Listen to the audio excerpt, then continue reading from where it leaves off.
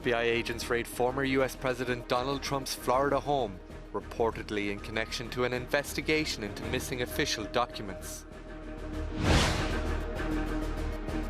The US pledges close to €1 billion in additional military aid for Ukraine.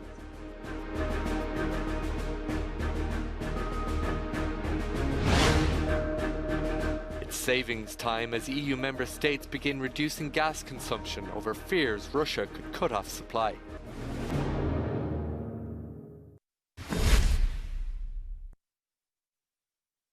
FBI agents have raided former U.S. President Donald Trump's Florida estate. Trump was in New York at the time and said the search was not necessary or appropriate. He issued a statement saying that agents even searched his safe.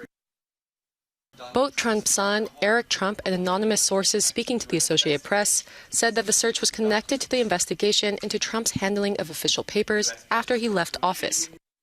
The FBI has not officially commented on the search. The probe was originally opened after the country's National Archive said they received 15 boxes of governmental records from Trump's home earlier this year. The boxes reportedly contained documents marked secret defense, according to the Washington Post. The archive said that Trump was supposed to turn over the documents upon leaving office. The probe is also taking place alongside another investigation into the Trump administration's possible efforts to overturn the 2020 presidential election.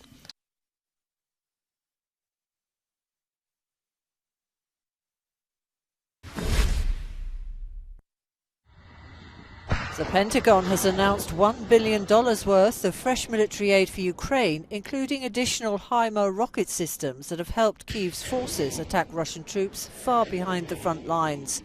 It's Washington's biggest tranche of aid so far, bringing the total amount to $9.8 billion.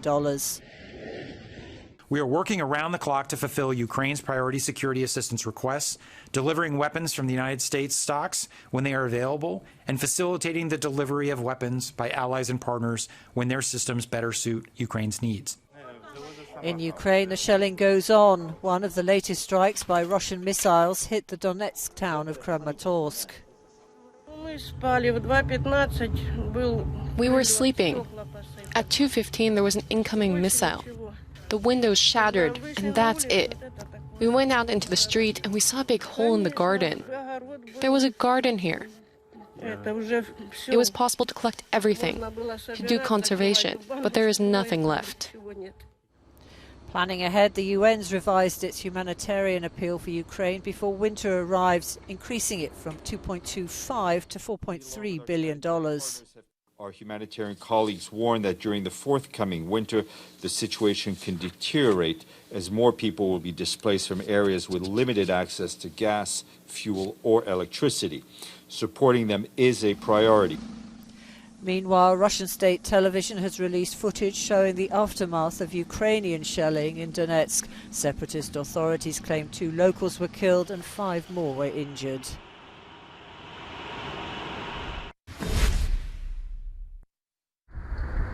The 27 members of the European Union are in the starting blocks in a race to cut their natural gas use by 15%. They have until March 31st next year to do so.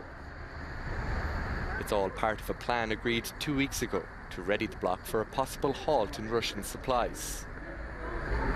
European Commission President Ursula von der Leyen warned last week that Europe must prepare for the worst situation with regard to Russia and its control of its gas production. Very good and promising.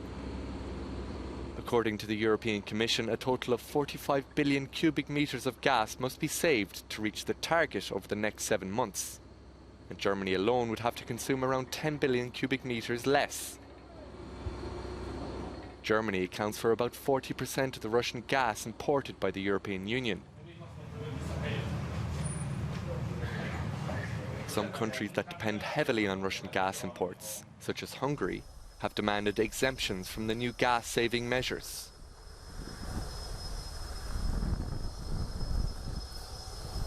Moscow has significantly reduced gas supplies to the bloc in what Brussels sees as a retaliatory measure against EU sanctions.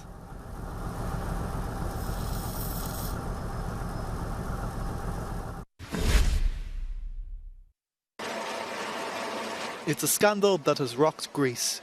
Last week, the head of the socialist PASOK opposition party, Nikos Androulakis, reported to the country's Supreme Court that there had been an attempt to bug his cell phone with the predator spyware. Prime Minister Kyriakos Mitsotakis maintained his line that he was unaware of the phone tapping.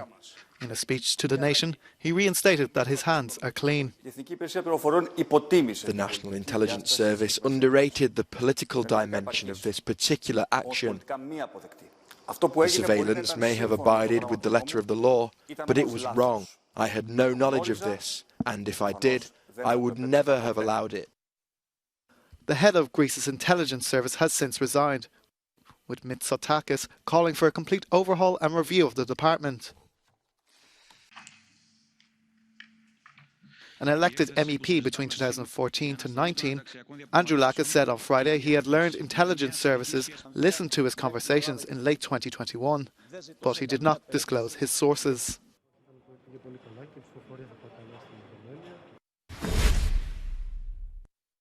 The Greek Prime Minister Kyriakos Mitsotakis remains under extreme political pressure following the revelation that the mobile phone of his political opponent, the leader of the country's third largest party, Nikos Androulakis, was tapped by order of the National Intelligence Service that reports directly to the Prime Minister's office. The revelations led to the resignation of its intelligence chief, but also his own top aide and nephew. In a televised address, the Prime Minister described the surveillance of PASOK leader as a mistake, although legal, that he had no idea about. At the same time, he green-lighted parliamentary committee check and announced 4 areas of reform in the intelligence service. The scandal first broke when Nikos Androulakis, who is also an MEP, publicly said that he had been informed by the European Parliament of an attempt to bug his mobile phone with predator malware. In a twist of the case, there are 2 different taps of Androulakis' phone.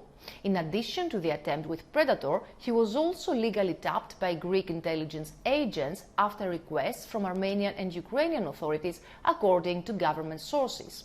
Both countries, however, rejected any involvement in the Greek scandal, which puts the government in its biggest crisis since assuming power in July 2019.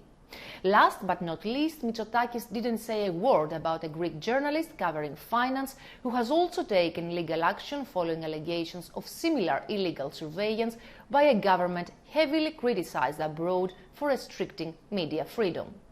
Efi Koutsokosta, Euronews, Athens. Following the dramatic collapse of Italy's coalition government under Mario Draghi, preparations are underway for a snap general election. And in what could be worrying news for Brussels, right-wing anti-establishment parties such as the Five Star Movement are topping the polls. With the countdown underway, Euronews correspondent Georgia Orlandi brings us the latest political horse trading in Rome.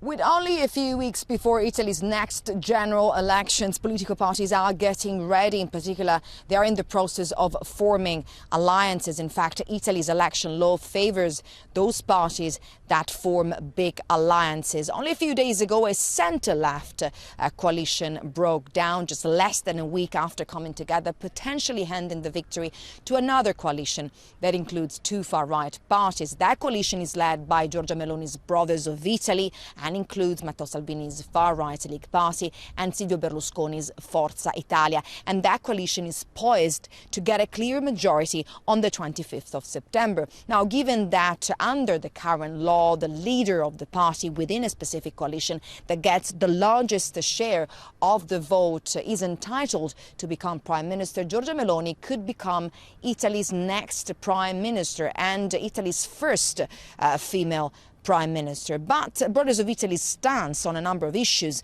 including relations with Russia, with Europe, and the way the party intends to reform Italy's resilience and recovery plan, the plan that former Prime Minister Mario Draghi put forward in order for the country to get the largest share of the EU recovery funds that are necessary to help the economy grow following the effects of the pandemic, has drawn a lot of criticism, especially in Brussels. Giorgio Orlandi for Euronews in Rome.